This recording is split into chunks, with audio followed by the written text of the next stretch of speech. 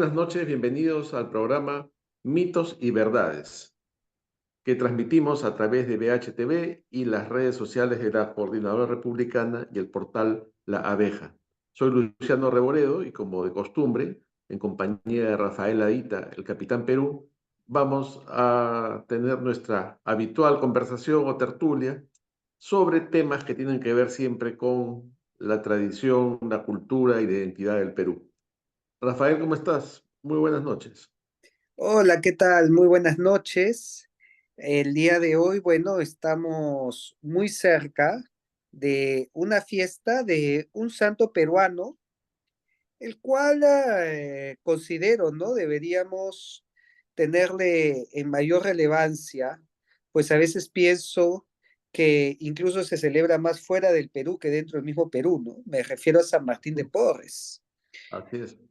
La devoción de San Martín de Porres está muy extendida. Yo lo he encontrado en parroquias en Argentina, en el mismo Estados Unidos. Me han enviado fotos, ¿no? De este Church San Martin of Porres y que de repente, incluso en el Perú, nos falta más parroquias San Martín de Porres y más devoción, cosa que sí existe, pareciera más fuera del Perú que dentro del mismo Perú. Así que vamos a En recordar México, a en este México es santo. muy fuerte. En México es fortísimo, Sí. incluso en Han hecho Filipinas películas. también. Sí, sí, sí, sí, así es. Y es que, bueno, eso también es gracias a muchos de los milagros que se le atribuyen, en especial el milagro de la bilocación, ¿no? La bilocación se le llama así cuando a una persona lo ven en más de un lugar a la vez y se tienen testimonios que se encuentran en los archivos del Vaticano, en donde a San Martín de Porres se le vio en el África, se le vio en México, se le vio pues en Filipinas, ¿no? Y por eso hay mucha devoción a San Martín en estos países, ¿no? Cuenta, por ejemplo, unos de los testimonios del doctor José Manuel Valdés, ¿no? Que la biografía de San Martín de Porres menciona que un amigo de San Martín, que era comerciante de Lima, viaja a México y estando en México le vino una grave enfermedad, ¿no? Y se acuerda de San Martín, que lo había curado ya en alguna ocasión, y dice, ¿no? Reza diciendo, mi amado Fray Martín, mi enfermero, estoy gravemente enfermo en esta ciudad, pídele a Dios que me libre de esta enfermedad. Y en estos momentos, pues, hablando estas palabras, se aparece San Martín, lo vio entrar por la puerta de su dormitorio y le dice, ¿no? Confía en Dios que de esta enfermedad no morirás. Y le da unas medicinas, ¿no? Entonces este comerciante amigo le dice, oye, ¿dónde estás? Y le responde, en el convento. Entonces el comerciante cuando se recupera, se va al convento de México pensando que estaba ahí y nadie sabía de ningún Fray Martín en México. Entonces, extrañado, cuando regresa a Lima, va al convento de Santo Domingo y le dicen que nunca había salido San Martín de Lima y que bueno, que el hecho de que lo haya visto en México pues era un milagro. Sí, no, es un santo cuya vida, cuyos milagros no están ya suficientemente difundidos, ¿no? En los años 60, su devoción y popularidad aumentó muchísimo con la canonización y la gente conocía los milagros, intervino en una operación también en un quirófano y tenemos la suerte de tener en el centro de Lima el convento de Santo Domingo, donde él vivió, donde fue el Ujú. portero y donde hacía sus curaciones, porque como tú bien has mencionado, hacía de enfermero y atendía a mucha gente, ¿no? Sin embargo, ahí está su tumba, hay reliquias, está los restos de su cama, está el lugar donde él vivió, y yo creo que merecería, como bien has dicho, una mayor atención y una mayor divulgación, porque es un personaje absolutamente universal que ha salido de Lima, como Santa Rosa, como Santo Toribio Mogrovejo, San Juan Macías, Francisco Solano y otros que alcanzaron la santidad viviendo en nuestra ciudad, ¿no? En la iglesia de Santo Domingo, al lado derecho del altar, está el famoso altar de los santos peruanos, Ujú. que es un privilegio enorme, ¿no? Y que yo he llevado a veces a amigos que vienen del extranjero y se quedan tan sorprendidos de que en un mismo altar estén restos de tres santos que han vivido en la misma ciudad y en la misma época, ¿no? Y en el mismo convento también hay una cripta, un sótano donde está enterrada Santa Rosa de Lima, ¿no? Entonces, aunque su cráneo está en realidad en el altar de los santos peruanos que hemos mencionado, junto con el de San Martín. Pero es una historia realmente interesantísima y apasionante, esta de la santidad en Lima, ¿no? En determinado momento de la historia, es una ciudad de santos, ¿no? Lo que lleva al Papa Francisco un momento a decir que Lima es una ciudad ensantada, un neologismo propio de la informalidad con la que suele hablar el pontífice romano hoy en día. Pero eso es algo que debería llenarnos de orgullo y de alegría, saber que tenemos a la mano, ¿no? La posibilidad de estar en la tumba de San Martín de Porres o de Santa Rosa de Lima, y que Lima tenga ese privilegio que no lo tiene ninguna otra ciudad de América, no de tener esa cantidad de santos. Sí, sí, recordemos, ¿no? Con respecto a lo que dices de que San Martín bien podría ser llamado un mil oficios, ¿no? Porque era portero, era barrendero, era enfermero, era farmacéutico, también llevaba el botiquín, era barbero, también hacía recortes, se te arreglaba el pelo incluso. Entonces, Y dicen también que sabía curar con hierbas, conocía mucho de la medicina natural de la conocía época. mucho de la farmacia, del botiquín, de las hierbas también. Incluso también curaba dientes, por ahí un oficio de dentista podríamos incluirle. Es que Así que sí, los barberos, Rafael, solían ser dentistas, que solían ser dentistas. entre Eran, comillas, ¿no? así es. Sí, pero era oficio del barbero ver los dientes de la gente, una cosa un poco rara para hoy en día, ¿no? Sí, sí, tenía pues una cantidad de oficios prodigiosa también, ¿no? Y de labores prodigiosa. Y como bien mencionas, todo esto se puede ver en el convento de Santo Domingo, en donde están sus reliquias, ¿no? Con las reliquias también de Santa Rosa de Lima y de San Juan Macías, otro santo que de repente no nos acordamos mucho tampoco, deberíamos recordarlo más, y que precisamente San Martín lo recibió, ¿no? Cuando llega, porque él viene, San Juan Macías viene a pie desde Colombia y toca la puerta de Santo Domingo y lo recibe San Martín de Porres, que era el portero, ¿no? Y tenemos pues a todos estos santos ahí. Lamentablemente, no sé por qué, en las últimas veces que he asistido, ya no es posible entrar a la Ah, no. habitación de San Martín, porque antes se podía, yo recuerdo antes haber Era entrado, como una capillita pequeña y estaba la tumba a un lado. Sí, claro. era detrás, claro, donde estaba la tumba, detrás del altar, había una puerta que dirigía hacia un cuarto donde estaba su cama y donde había pues Así, una recreación de cómo era su habitación, porque tenía una mesa, tenía un pequeño botiquín también y tenía un mural, una pared con todos los milagros y los agradecimientos.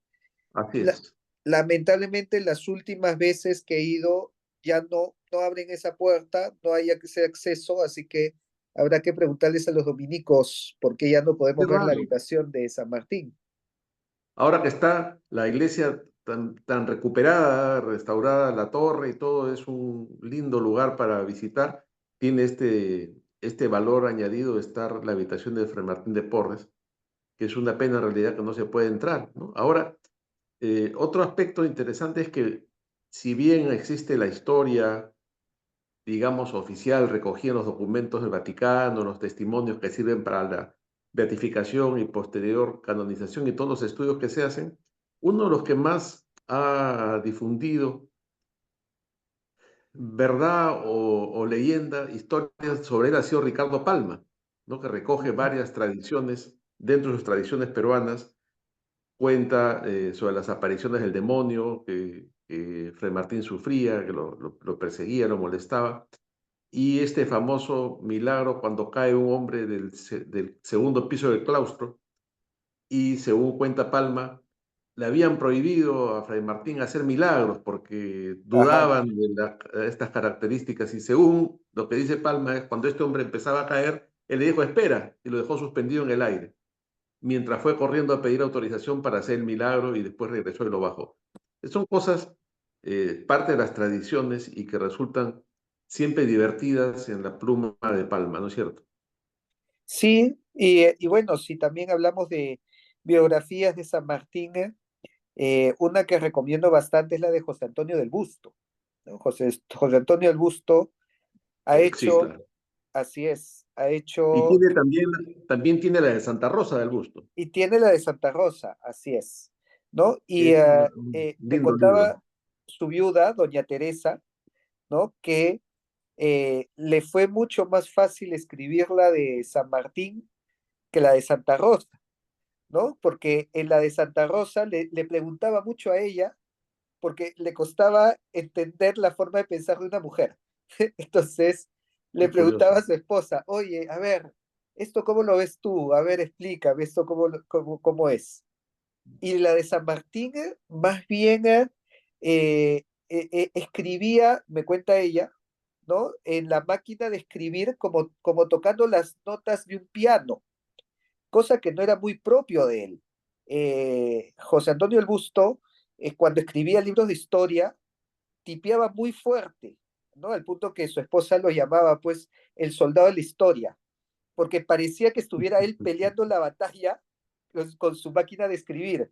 Y a veces cuando sacabas la hoja y ponías la hoja contra luz, podías ver la luz que pasaba por las letras de lo fuerte que había tipeado, excepto con la biografía de San Martín, que las letras fluían como si estuviera tocando una pieza musical, y dice que incluso su estado de ánimo, su espíritu, se volvió muy afable mientras escribía la biografía de San Martín, que lo cambió a él mismo.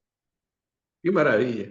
Era un tipo muy simpático del Busto, yo lo conocí mucho, fue mi profesor de historia en la Universidad Católica y cada clase del Busto era un placer, era una especie de espectáculo porque cambiaba de voces, actuaba, caminaba por el aula.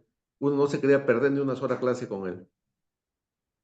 Sí, claro, sí, bueno, los historiadores que se apasionan, pues viven la historia, ¿no? ¿Y qué más hacerlo con la vida de un santo tan especial, ¿no? En donde justamente, como mencionaba, a veces se le valora más fuera del Perú, y por eso, curiosamente, su película fue hecha en México, En ¿no? México, sí. Esta famosa película que fue filmada en Santo Domingo y que también incluso parte del recorrido del convento es ver los lugares donde se filmó esta famosa película, y que tiene cuadros con las escenas, Ah, sí. especialmente la famosa escena de la escalera, ¿no? En donde dibuja La una del demonio. cruz para ahuyentar al demonio.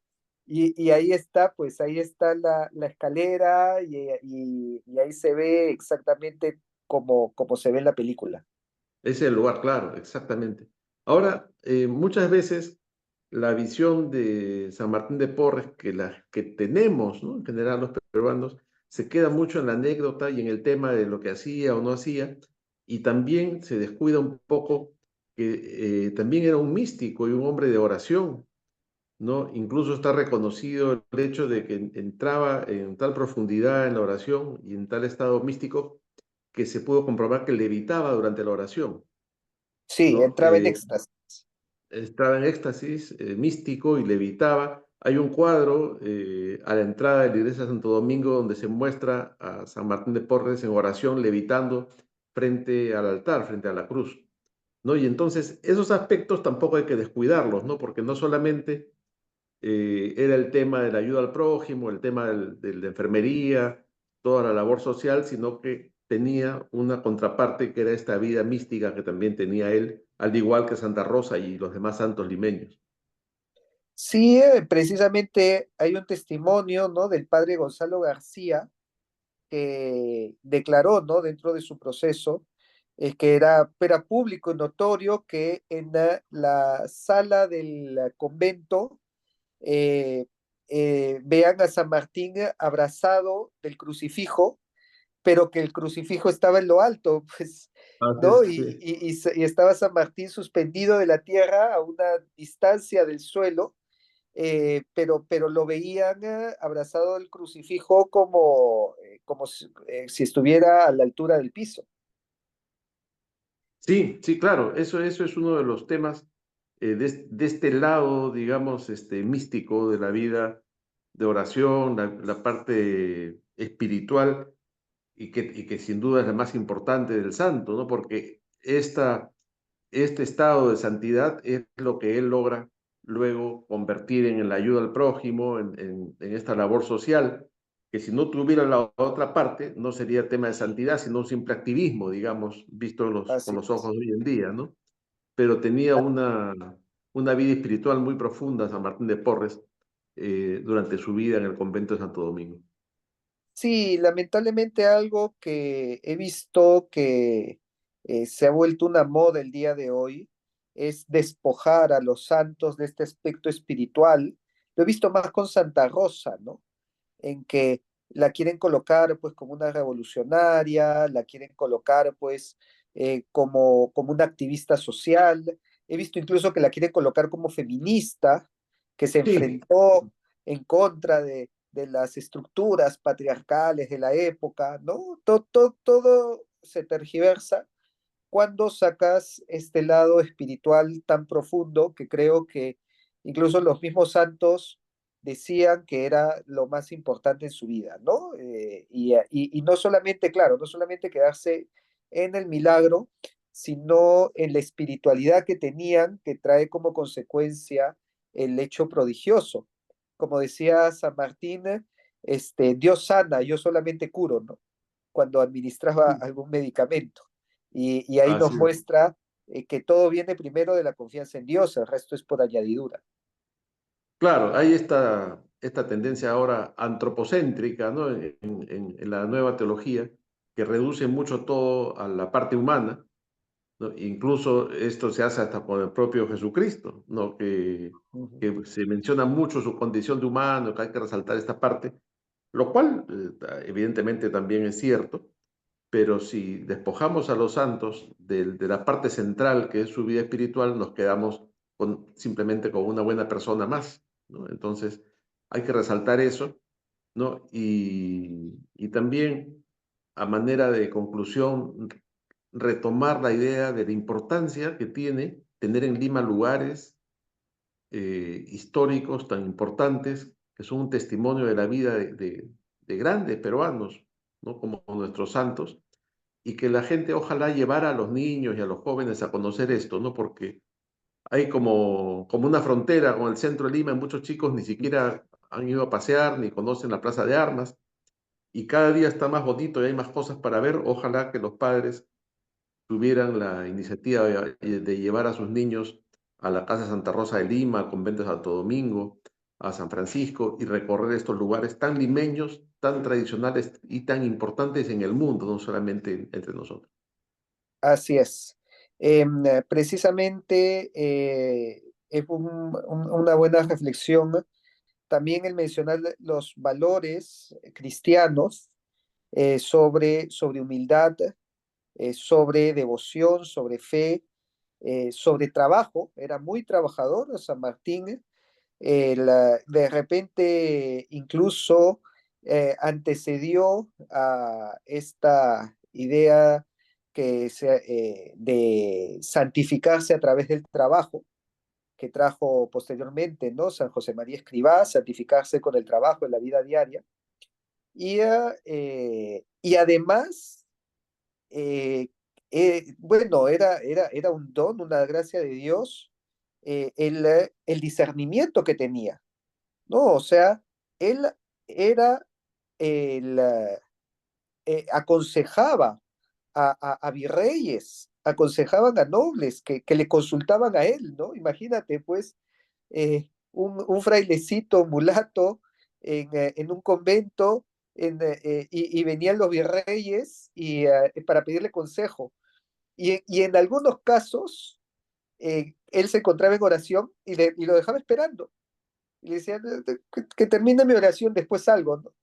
Y sus superiores lo recriminaban, ¿no? Y le decían, oye, ¿cómo se te ocurre después dejar esperando al virrey y que lo tienes aquí afuera sentado? Y él decía, mira, estaba conversando con Jesucristo, con nuestro Padre Santo Domingo, con San Vicente Ferrer, entonces ya no tenía espacio para recibir a nadie más. Ellos son con la Virgen María, ellos son más importantes que el virrey tiene que esperar, y el virrey se quedaba esperando a que termine San Martín su oración. Bueno, si se trataba de categorías y privilegios, sin duda que eran mucho más importantes los otros con tertulios que tenía San Martín en ese momento. Así es, ¿no? Nos da esas lecciones también de tener claro dónde están las prioridades, porque, vamos, ¿quién de nosotros pues no recibe la visita de alguien importante y de poder? Imagínate, ¿no? Trasladándole esta época, pues que un presidente, un congresista venga a tu casa, ahí Que mismo espere, salimos corriendo. que espere porque estoy rezando el rosario, no, nadie lo Claro, y entendería, espere ¿no? que termine mi oración y cuando termine lo atiendo. ¿Quién de Claro, nosotros haría eso, no? claro, ¿quién lo haría? Y por otro lado, ¿quién lo entendería? Pensaría, este se ha vuelto loco, ¿no? ¿Qué hace rezando? Tiene que venir. Pero en Así fin, es. son las grandes lecciones que nos dejan los santos y los grandes personajes de la historia, que felizmente tenemos este espacio donde poder repasar, comentar y difundir, pero que lamentablemente, Rafael, se nos acabó el tiempo. Ha sido un lindo programa, una tertulia realmente enriquecedora. Te agradezco mucho y ya nos volveremos a juntar la próxima semana. Por supuesto, muchísimas gracias. Nos vemos. Gracias, nos vemos y gracias también a quienes siguen nuestro programa.